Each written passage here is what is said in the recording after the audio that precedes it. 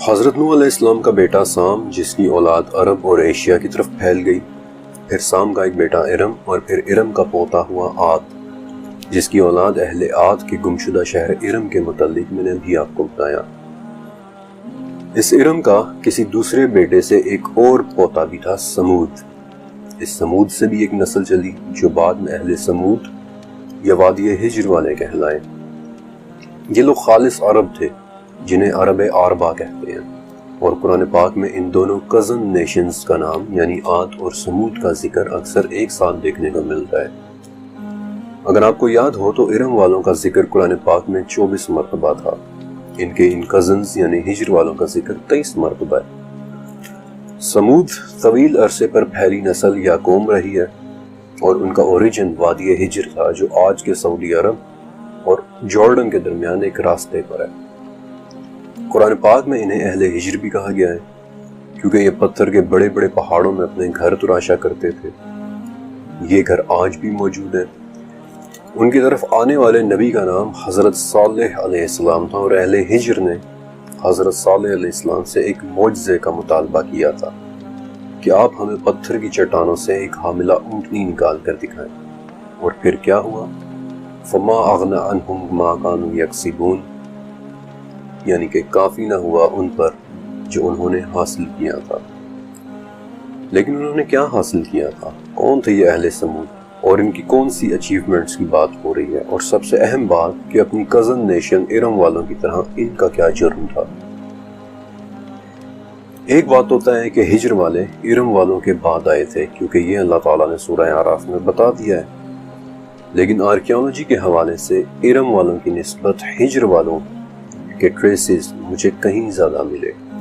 Archaeology میں جہاں ارم والوں کا ذکر صرف ایک جگہ عدہ کے نام سے ہے، وہاں مجھے ہجر والوں کا ذکر 5 جگہ ملا ہے۔ ان کا پہلا ذکر تو آج سے 5000 سال پرانی سمرہ کی تہذیب میں ملتا ہے۔ سمیرینز کے متعلق تفصیل کے ساتھ میں آپ کو 9ویں چیپٹر میں بتاؤں گا۔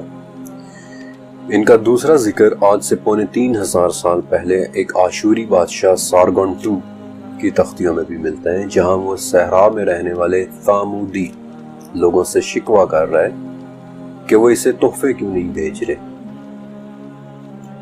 پھر ان کا تیسرا ذکر آج سے 2500 سال پہلے گزرے بابل کے آخری بادشاہ نیبونیڈس کے ایک حکم نامے میں بھی ملتا ہے، جس کے اندر تیمودا عربہ یعنی کہ سمودی عرب یا ایک عرب کے سمود کے آدمی کو چاندی کے سکے ادا کرنے کا حکم جاری کیا گیا ہے، اور اس خط کے مطابق وہ شخص کوئی بہت بڑا تاجر تھا۔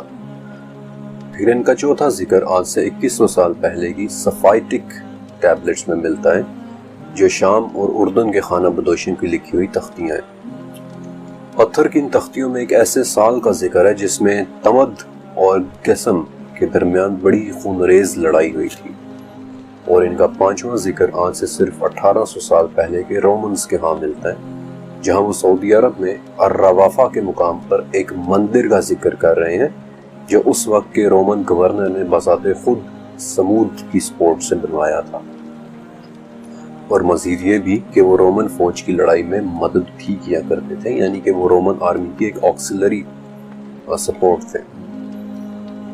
لیکن آپ یہاں ایک عجیب سی بات نوٹ کر رہے ہیں کہ سمود کا ذکر 3500 سال کی آرکیالوجی پر پھیلا ہوا ہے، اور اس میں کوئی شک نہیں کہ اگر ہمارے پاس سمرہ سے بھی پرانا ڈیٹا ہوتا تو شاید ہمیں اس کے اندر بھی ہجر والوں کا ذکر ملتا۔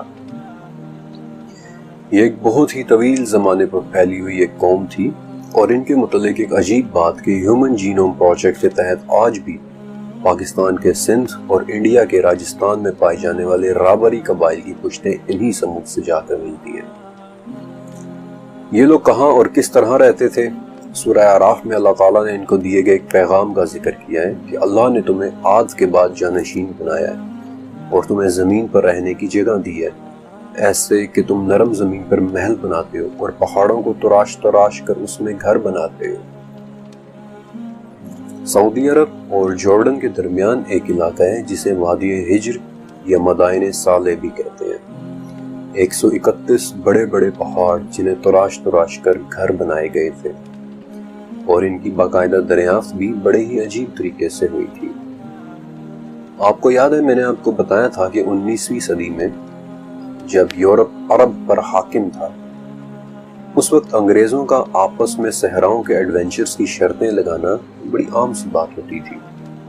اسی طرح 1812 میں سوئٹزرلینڈ کا ایک مسافر جو جارڈن گھومنے گیا اور غلطی سے راستہ بھٹک کر پہاڑوں میں پیٹرا دریافت کر بیٹھا تھا، اس کی ان کہانیوں نے ایک اور انگریز چارلز مونٹاج کو بڑا متاثر کیا۔ اس نے بھی عرب میں بڑے بڑے پہاڑوں میں موجود گھروں کی کہانیاں سن رکھی تھی، لہٰذا 1876 میں یورپ سے حج پر آنے والے ایک قافلے کے ساتھ چلا آیا اور آفیشلی وادی ہجر کو دریافت کر لیا۔ 131 عظیم الشان پہاڑ جنہیں کاٹ کاٹ کر تراش کر ان کے محل بنائے گئے تھے۔ سورہ عنکبوت۔ اور ہم نے اہل عاد اور اہل سمود کو بھی غارت کیا، جن میں سے بعض کے مکانات تمہارے سامنے ہیں۔ لیکن کیا وادی ہجر میں 131 پہاڑوں کو تراش کر گھر بنا لینا ان کی سب سے بڑی اچیومنٹ تھی؟ شاید نہیں۔ یہ 131 پہاڑ کاٹ لینا کافی نہیں تھا۔ سورہ اعراف میں غور سے دیکھیں، اللہ نے تمہیں عاد کے بعد جانشین کیا اور زمین میں تمہیں اسٹیبلش کیا۔ سمود کے زمین میں اسٹیبلش ہونے کا ذکر سورہ ہود میں بھی ہے، جس کا مفہوم کچھ ایسے ہے کہ سمود کے بھائی یعنی ان کے نبی صالح نے کہا کہ اللہ ہی نے تمہیں زمین سے پیدا کیا اور اسی نے تمہیں زمین میں بسایا ہے، تمہیں اسٹیبلش کیا ہے۔ اور یہاں سے اس چیپٹر کے ایک بہت دلچسپ حصے کا آغاز ہوتا ہے۔ انفیکٹ اس کے لیے بڑی محنت سے میں نے کچھ نقشے بھی تیار کیے ہیں تاکہ آپ کو ان کی اچیومنٹس دکھا سکوں۔ سمود ایک بہت ہی خاص جگہ پر آباد تھے، وادی ہجر کی ایک بہت ہی اسٹریٹجک لوکیشن پر، ایک ایسی جگہ جو چند صدیوں بعد بننے والے انسینس ٹریڈ روٹ کا مرکز تھی۔ انسینس ٹریڈ روٹ خوشبوؤں والی تجارتی گزرگاہ، اس کا یہ نام اس لیے ہوا کیونکہ پوری دنیا کا یہی وہ واحد راستہ تھا جو انڈیا سے مسالے، عرب سے خوشبوئیں اور موتی، اور افریقہ سے جانوروں کی کھالیں، چائنا سے لکڑی، ریشم، قیمتی پتھر اور بہت سی دوسری لگژریز لے کر یورپ، عرب، انڈیا اور جاوا کے جزیروں تک سفر کا واحد راستہ تھا۔ انفیکٹ آج بھی پاکستان میں موجود شاہراہ ریشم اسی 2700 سال پرانے انسینس ٹریڈ روٹ کا ایک چھوٹا سا حصہ ہے۔ ویڈیوز کے اندر میں آپ کو یہ نقشے میں تمام روٹس دکھاؤں گا، لیکن اگر آپ غور سے دیکھیں تو یہ تمام روٹس ایک خاص جگہ پر ایک ہب بنا رہے ہیں۔ سعودی عرب، جارڈن اور فلسطین کے درمیان موجود ایک ہب، ایک مرکز، افریقہ، ایشیا، عرب اور یورپ کو جوڑنے والا ہب، ایگزیکٹلی اسی جگہ پر جہاں اہل سمود رہا کرتے تھے۔ دولت اور پیسے کے اعتبار سے یہ قوم انتہائی اسٹیبلش ہو چکی تھی، اور اسٹیبلش بھی ایسی جگہ جہاں ان کے پاس افریقہ، ایشیا، عرب، یورپ یعنی کہ دنیا بھر کی دولت چلتی چلی آ رہی تھی۔ شاید اب آپ کو سمجھ آ رہی ہو کہ بابل کے بادشاہ نے سمودہ عربہ نام کے کسی بہت بڑے تاجر کو چاندی کے سکے ادا کرنے کا حکم کیوں دیا ہوگا، یا پھر آشوری بادشاہ ان کی طرف سے تحفے نہ آنے کا گلہ کیوں کر رہا تھا۔ بے شک حضرت صالح علیہ السلام والے سمود انسینس ٹریڈ روٹ سے بہت پہلے کے لوگ تھے، لیکن یہ علاقہ یقیناً دنیا کے سب سے بڑے ٹریڈ روٹ کا مرکز تھا، اور ان کے محل اس بات کے گواہ ہیں۔ لیکن ان کا جرم کیا تھا؟ ان کا جرم بھی سورہ اعراف ہی میں ہے کہ اللہ تعالیٰ نے انہیں زمین میں اسٹیبلش کیا۔ انہوں نے پتھروں کے پہاڑوں میں بڑے بڑے محل بنائے، لیکن پھر ایک بہت بڑی غلطی کر بیٹھے، اپنے کزنز اہل عاد کی طرح زمین میں تکبر، کرپشن اور کفر کی بھی بدترین شکل کہ وہ اللہ کے ساتھ شریک کرنے لگ گئے، اسی اللہ کے ساتھ جس نے انہیں اسٹیبلش کیا تھا۔ اہل سمود کی مذہبی پریکٹسز پر ریسرچ کے دوران مجھے 4 بڑے نام ملے ہیں۔ آپ کو صفائیٹک ٹیبلٹس یاد ہوں گی، ان میں اہل سمود کے دشرہ نامی ایک بہت بڑے بت کا ذکر ہے، اور باقی 3 لات، عزا اور منات۔ ان تینوں بتوں کا ذکر انفیکٹ سورہ نجم میں نام کے ساتھ ہے۔ یہ 3 بدترین اور بدنام زمانہ بت تھے، اور ہزاروں سال بعد بھی مکہ کے کافر تک ان کو پوجتے رہے ہیں۔ 7ویں صدی میں لکھی گئی ہشام ابن الکلبی کی کتاب الاصنام میں ان تینوں بتوں کے حوالے سے بڑی ڈیٹیلز موجود ہیں، اور بت پرستی کے متعلق تفصیل سے میں آپ کو 18ویں چیپٹر میں بتاؤں گا، لیکن فی الوقت اس چیپٹر کے اندر صرف ریفرنسز کے طور پہ میں آپ کو بتا دیتا ہوں کہ یہ تینوں فیمیل بت تھے جنہیں کافر والعیاذ باللہ سورہ نجم کے مطابق اللہ کی بیٹیاں کہا کرتے تھے، اور اسی لیے حضرت صالح علیہ السلام نے ہجر والوں کو توحید کی دعوت دی۔ صالح علیہ السلام کی یہ دعوت آپ کو سورہ اعراف میں بھی ملے گی کہ اللہ کی نعمت کو یاد کرو اور زمین میں فساد نہ کرو۔ سورہ ہود میں بھی ملے گی کہ اللہ کی عبادت کرو، اس سے معافی مانگو اور اس کی طرف پلٹ آؤ۔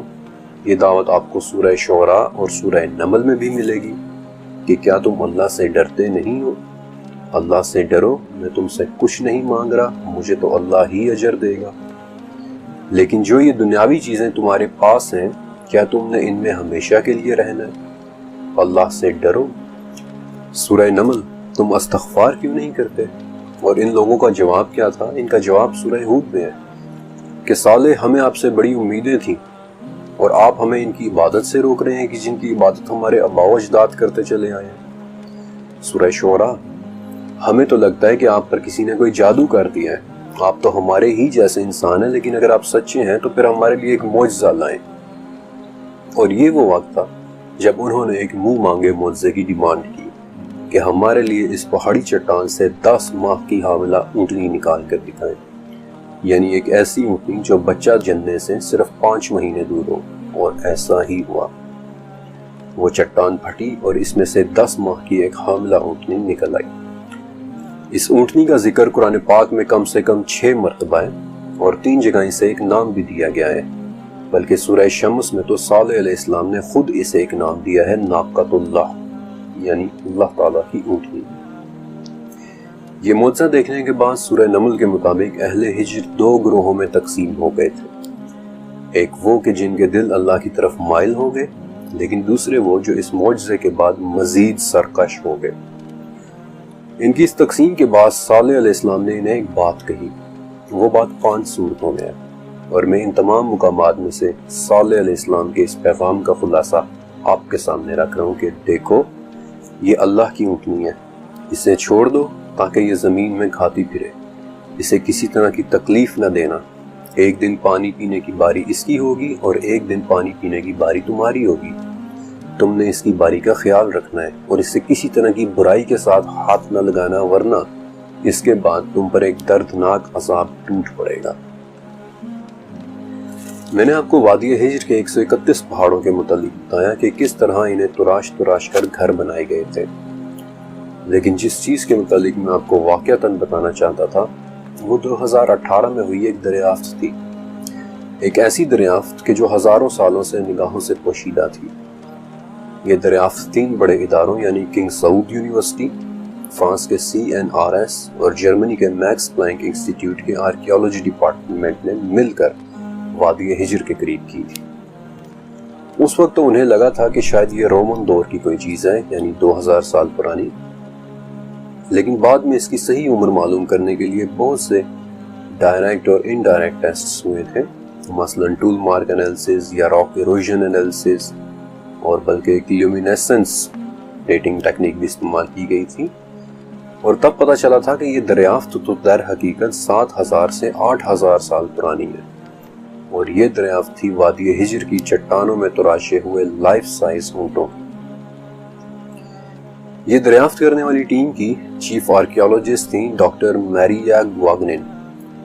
انہوں نے ایک اسرائیلی اخبار ہیرڈز کو ایک انٹرویو دیا تھا، اور میں چاہتا ہوں کہ آپ غور سے ڈاکٹر ماریا کے الفاظ کو سنیں۔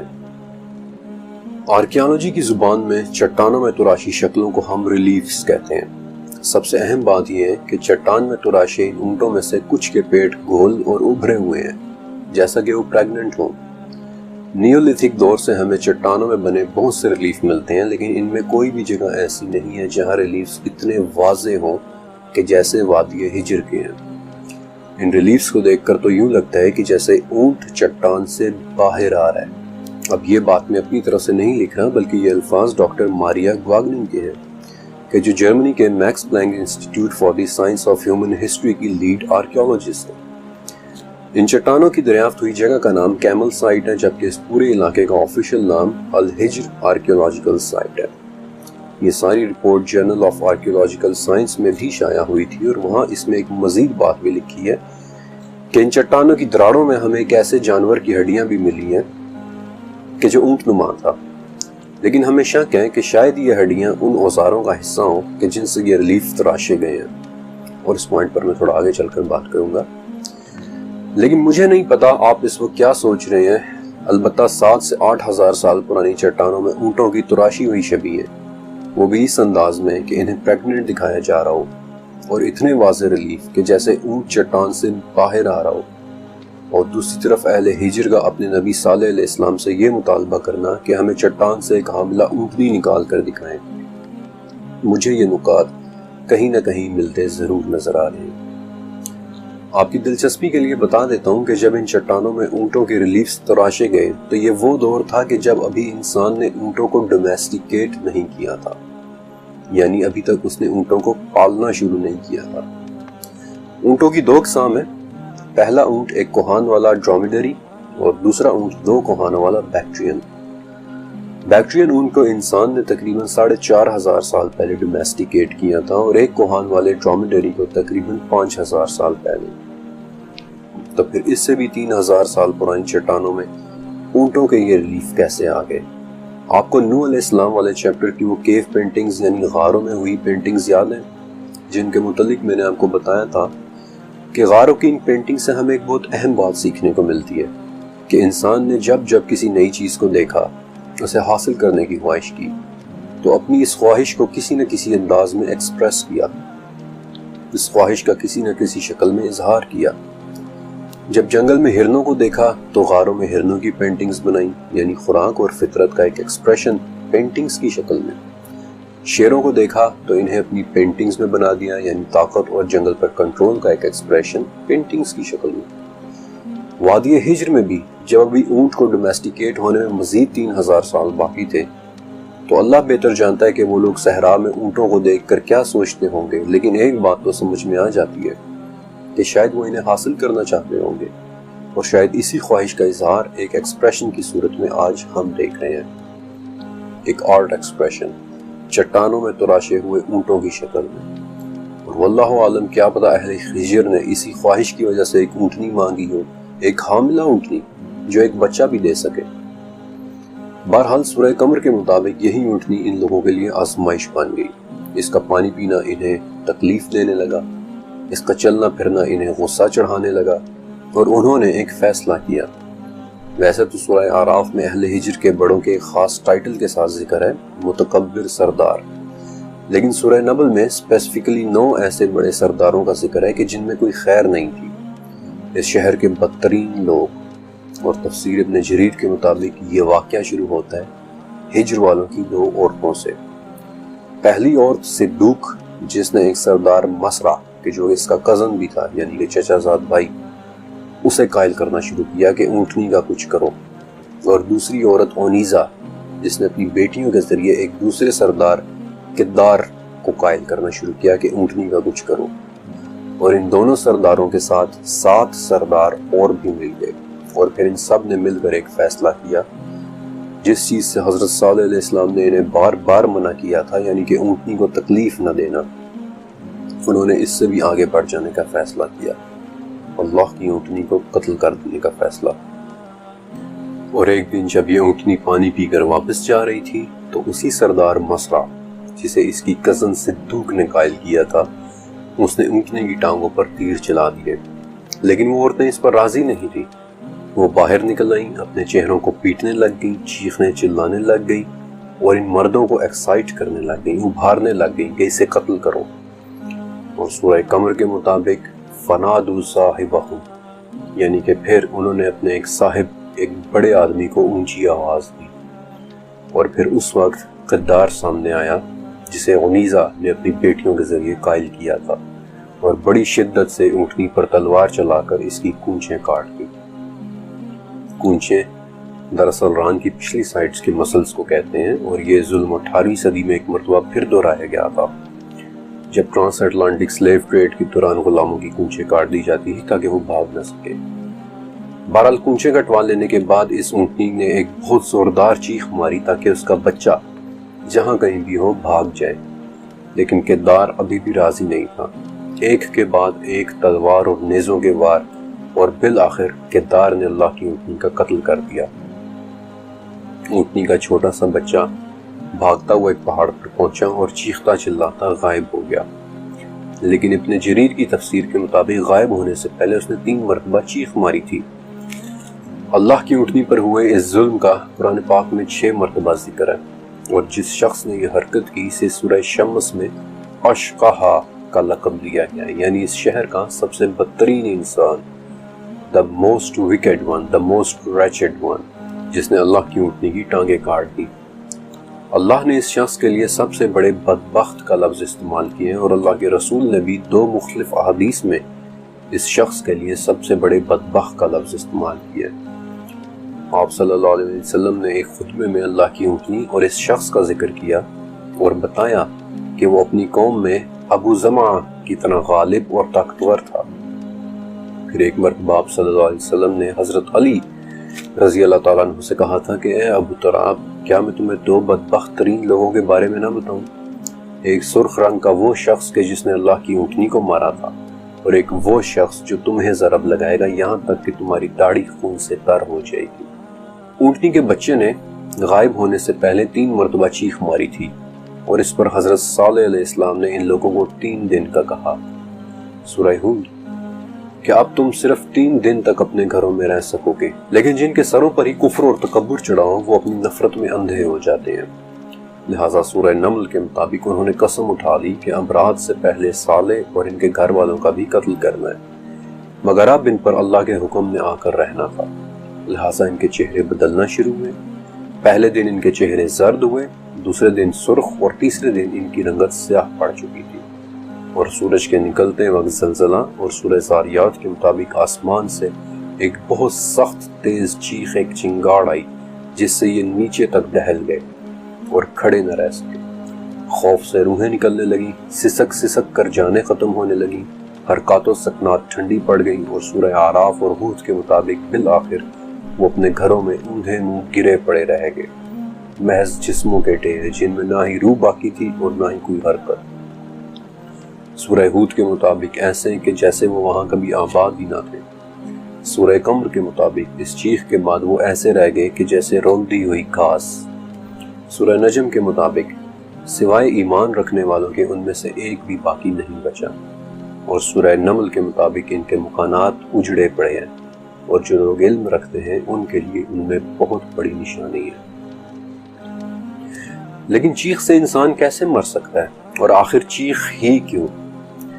چیپٹر کا جو حصہ اب شروع ہونے والا ہے، اس حصے کے اندر میں آپ کو ان دونوں سوالوں کے جوابات دوں گا، لیکن اس سے پہلے میرا ایک سوال کہ کیا کبھی آپ نے سوچا ہے کہ آپ کا جسم کس آواز کو برداشت کر سکتا ہے اور کس آواز کو نہیں؟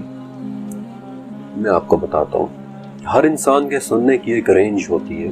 ہم 20 ہرٹز سے کم یعنی انفراسونک اور 20,000 ہرٹز سے زیادہ کی آوازیں یعنی الٹراسونک نہیں سن سکتے، لیکن آوازوں کی اونچائی ہرٹز کے بجائے ڈیسیبلز میں ماپی جاتی ہے۔ آپ کے سمجھنے کے لیے میں ایک مثال دے دیتا ہوں کہ ایک ٹرک کے انجن کی آواز 80 ڈیسیبلز تک ہوتی ہے، اور ایک جیٹ انجن کی آواز 130 ڈیسیبلز تک۔ اور ویسے تو یہ آوازیں برداشت کرنے کے قابل ہوتی ہیں، لیکن جیسے جیسے آواز 150 ڈیسیبل سے اوپر جاتی جائیں گی، آپ اپنے جسم پر اس کا اثر ہوتا محسوس کرنا شروع کر دیں گے۔ میں آپ کو اونچی آوازوں کی صرف 4 ریئل لائف مثالیں دوں گا، اور پہلی مثال ایک راکٹ لانچ کی ہے۔ ایک راکٹ کے لانچ ہوتے وقت 165 ڈیسیبلز تک کی آواز پیدا ہو سکتی ہے، اور یہ آواز مار تو نہیں سکتی، لیکن یہ آپ کے کانوں کے پردے پھاڑ دینے کے لیے کافی ہوتی ہے۔ انفیکٹ سیٹرن 5 نامی اسپیس شٹل کی لانچ کے وقت اس کی آواز سے پیدا ہونے والی انرجی اتنی زیادہ تھی کہ لانچ پیڈ پر موجود سیمنٹ یا کنکریٹ پگھل گیا تھا، اور اس حادثے کے بعد سے پھر یورپین اسپیس ایجنسی کو اپنے راکٹ لانچ پیڈ یعنی کہ وہ جگہ جہاں سے راکٹ اڑتا ہے وہاں 3 لاکھ گیلن پانی گرانا پڑا تاکہ وہ راکٹ کی آواز سے پیدا ہونے والی انرجی کو جذب کر لیں، ورنہ راکٹ کی اتنی تیز طاقتور آواز سے لانچ پیڈ اور اس راکٹ پر لگا سیٹلائٹ دونوں ڈیمیج ہو جاتے۔ لیکن بعد میں اس مسئلے سے نمٹنے کے لیے اسپیس ایجنسی نے ہالینڈ میں ایک بہت اونچی آواز پیدا کرنے والا ایک سپیکر ڈیزائن کیا۔ اسے اکوسٹک اوریفائسز کہتے ہیں۔ اس کے ڈیزائن کرنے کا مقصد یہ ٹیسٹ کرنا تھا کہ ہمارے سیٹلائٹس آخر کہاں تک آواز کی طاقت کو برداشت کر سکیں گے۔ اور اسپیکر کے متعلق میں صرف اتنا کہوں گا کہ اگر آپ اسپیکر کے سامنے کھڑے ہوں اور اس اسپیکر کو آن کر دیا جائے تو آپ کے کانوں سے خون فواروں کی طرح نکلے گا۔ دوسری مثال سن کر شاید آپ کو تھوڑی سی حیرانی ہو، کیونکہ ایک راکٹ سے بھی زیادہ اونچی آواز دراصل ایک جاندار کی ہوتی ہے۔ دی بلو ویل، دنیا کا سب سے بڑا جانور جس کی آواز بھی سب سے اونچی ہے، اور یہ 180 ڈیسیبلز تک جا سکتی ہے۔ انفیکٹ یہ اس قدر اونچی آواز ہے کہ اگر ویل مچھلی اپنی پوری طاقت سے آواز نکالے تو اس کی آواز اسلام آباد سے لے کر کراچی تک سنی جائے گی، اور یہ اس قدر طاقتور آواز ہوگی کہ اس وقت اگر آپ ویل مچھلی کے پاس موجود ہوں تو اس آواز سے آپ کے جسم میں اتنی وائبریشن پیدا ہوگی کہ آپ کا جسم ہیٹ اپ ہو جائے گا، یعنی کہ آپ کا جسم گرم ہو جائے گا۔ تیسری مثال دراصل ایک نیچرل فینومینا کی ہے، ایک قدرتی حادثہ۔ 1883 میں انڈونیشیا میں ایک آتش فشاں پھٹا تھا، اور آج بھی آپ میں سے بہت سے لوگ کراکاتوا نامی اس بدنام پہاڑ کو جانتے ہی ہوں گے۔ اس آتش فشاں کے پھٹنے کی آواز اس قدر شدید تھی کہ اس کے دھماکے سے پیدا ہونے والی ساؤنڈ ویوز نے 4 مرتبہ پوری دنیا کا چکر لگایا تھا۔ یہ آواز اس قدر طاقتور تھی کہ اس وقت ڈچ ایسٹ انڈیز کمپنی کی آفیشیل رپورٹ کے مطابق 165 گاؤں تو آواز کے ان تک پہنچنے سے پہلے صرف اس کی شاک ویو سے ہی تباہ ہو گئے تھے۔ اور چوتھی مثال وہ ہے جس کے متعلق ورچولی ہمیں کچھ بھی نہیں پتا کہ وہ کس چیز سے نکلی تھی۔ 1908 سائبیریا۔ اس وقت ہماری تاریخ کی سب سے اونچی آواز پیدا ہونے والا ایک ایونٹ ہوا تھا۔ صبح 7 بجے سائبیریا کے دور دراز کے جنگلوں میں ایک ایسی دھماکے دار آواز آئی کہ اس نے 2200 یعنی کہ 2200 میل تک کے ریڈیس میں موجود درختوں کو گرا کر زمین کے ساتھ فلیٹ کر دیا تھا، اور آج کی کیلکولیشنز کے مطابق یہ آواز کسی صورت بھی 315 ڈیسیبل سے کم نہیں تھی۔ میں چاہتا ہوں کہ اس وقت سائبیریا سے کھینچی گئی ان تصاویر کو آپ کے سامنے رکھوں جو ٹنگسکا ایونٹ کہ جو اس ایونٹ کا نام تھا اس کے بعد کھینچی گئی تھی، تو آپ کے ذہن میں سورہ قمر کی وہ آیت کھل کر واضح ہو جائے گی کہ کیسے اس آواز نے انہیں ایک روندی ہوئی گھاس کی طرح کر دیا ہوگا۔ اس آواز کے ایپی سینٹر سے 210 کلومیٹر دور موجود ایک عینی شاہد، ایک آئی وٹنس صرف اتنا ہی بتا سکا تھا کہ آسمان پھٹ گیا تھا، اور 10 منٹ بعد اتنے زور کی آواز آئی کہ ہم زمین پر گر کر بے ہوش ہو گئے تھے۔ یہ آواز کہاں سے آئی تھی اور کس چیز نے پیدا کی تھی، آج تک اس کی اصل وجہ کسی کو معلوم نہیں ہو سکی۔ بہت ساری تھیوریز ہیں but nobody knows the truth۔ آج بھی اس واقعے کی کیس فائل میں وجہ کے خانے میں صرف 2 ہی الفاظ لکھے ہوئے ہیں، unknown event۔ آپ سوچ رہے ہوں گے کہ میں نے آپ کو یہ تو بتا دیا کہ 200 ڈیسیبل سے اوپر کی آوازیں ہمارے لیے صرف موت ہے، لیکن یہ نہیں بتایا کہ ایسا کیوں ہوتا ہے۔ ایک اونچی آواز سے انسان کیسے مر سکتا ہے؟ یہ کانوں کے پردوں کا پھٹنا تو سمجھ میں آ جاتا ہے، لیکن موت کیسے؟ وہ ایسے کہ 200 ڈیسیبل سے اونچی آواز سب سے پہلے آپ کے کانوں کے پردے پھاڑے گی، اور پھر یہ آپ کے پھیپڑوں میں ایمبولزم پیدا کر دے گی، یعنی کہ آپ کے پھیپڑوں میں ہوا کے بڑے بڑے بلبلے بننا شروع ہو جائیں گے، اور ہوا کا یہ پریشر، یہ دباؤ اتنا بڑھ جائے گا کہ آپ کے پھیپڑے پھٹ جائیں گے۔ لیکن یہ سب تو تب ہوگا نا کہ اگر آپ زندہ ہوں، کیونکہ اس قدر طاقتور آواز سے خوف کے مارے پہلے ہی آپ کا ہارٹ اٹیک ہو چکا ہوگا۔ نقصان پہنچانے والی آوازوں کا ہمیشہ اونچے ہونا ہی ضروری نہیں ہے۔ آپ کو یاد ہے میں نے بتایا تھا کہ ہم 20 ہرٹز سے نیچے کی آوازیں یعنی انفراسونک آوازوں کو بھی نہیں سن سکتے، لیکن کیا ہوگا اگر ہم انفراسونک آوازوں کی زد میں آ جائیں؟ اگر ان انفراسونک آوازوں کو آپ کے جسم پر فوکس کر کے چھوڑا جائے تو سب سے پہلے آپ کی آنکھوں کے ڈیلے وائبریٹ کرنا شروع ہوں گے، پھر آپ کے جسم میں درد کی تیز لہریں دوڑیں گی اور آپ فوراً الٹیاں کرنے لگ جائیں گے۔ انفیکٹ آپ نے آج کل سنا ہوگا کہ بہت سے ممالک ساؤنڈ ویپنز پر کام کر رہے ہیں، وہ لوگ دراصل انہی 20 ہرٹز سے کم کی فریکوینسیز والے ہتھیار بنانے کی ہی کوششوں میں ہیں کہ جسے وہ سونک بلٹس کہتے ہیں۔ اور آخر میں چاہتا ہوں کہ آپ کو قدرت کی ایک بہت ہی پراسرار سی آواز کے متعلق بتاؤں جس کے بارے میں ہمارا علم تقریباً 0 ہے۔ نہ ہی ہمارے پاس اس کے متعلق کوئی وزنی تھیوری ہے اور نہ ہی ہمارے پاس اس پر اسرار آواز کی کوئی ایکسپلینیشن ہے۔ ہم بس خاموشی سے اسے سنتے چلے آ رہے ہیں۔ یہ آواز آسمان سے ایک بوم کی صورت میں سنائی دیتی ہے اور اسے اسکائی کویکس کہتے ہیں، یعنی کہ ایک آسمانی زلزلہ۔ اس کے سورس کا کسی کو کوئی علم نہیں ہے کہ یہ کہاں سے آ رہی ہے۔ آج تک یہ پوری دنیا کے علاقوں میں سنی جا چکی ہے، تو پوری دنیا کے علاقوں سے اسکائی کویکس یعنی آسمانی زلزلے رپورٹ ہوئے ہیں، اور آج تک ان سے کوئی بڑا جانی نقصان تو نہیں ہوا، لیکن کبھی کبھار ان کی گرج اتنی زیادہ ہو جاتی ہے کہ گھروں میں پڑے شیشے کے برتنوں کا ٹوٹ جانا ضرور رپورٹ ہوا ہے۔